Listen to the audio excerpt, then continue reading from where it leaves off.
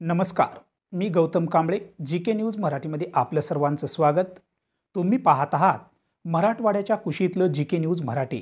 आता घेऊ विविध क्षेत्रातील राजकीय, सामाजिक, आर्थिक, कृषी आणि क्रीडा व तसेच शैक्षणिक विषयी घडामोडींचा आढावा. चला तर वळूया पुढील बातमीकडे.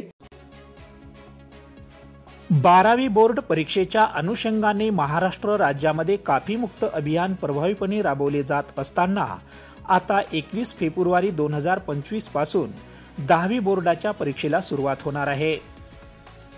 किनवट तालुक्यातील 10वीच्या विद्यार्थ्यांसाठी 11 परीक्षा केंद्रावर 10वी बोर्डाची परीक्षा होणार असल्याची माहिती गट शिक्षणाधिकारी गंगाधर राठोड यांनी दिली आहे. तर विद्यार्थ्यांच्या शैक्षणिक जीवनातील पहिला टर्निंग पॉइंट म्हणून 10वीच्या बोर्डाच्या परीक्षेकडे पाहिले जाते. त्याच अनुषंगाने 10वी बोर्डाच्या परीक्षेमध्ये जे विद्यार्थी परीक्षा देणार आहेत त्या विद्यार्थ्यांनी मनात कुठलीही शंका किंवा कुठलीही भीती न बाळगता काफीमुक्त वातावरणात निर्भीडपणे परीक्षेला सामोर जावे असे आवाहन किनवटच्या तहसीलदार शारदा चौंडेकर यांनी केले असून उद्या सुरू होणाऱ्या 10वी बोर्डाच्या परीक्षेमध्ये बसणाऱ्या मुलामुलींना त्यांनी शुभेच्छा दिल्या आहेत. सर्वप्रथम तर 10वीच्या परीक्षेला बसणाऱ्या सर्व परीक्षार्थींना मी प्रशासनाकडून शुभेच्छा देते.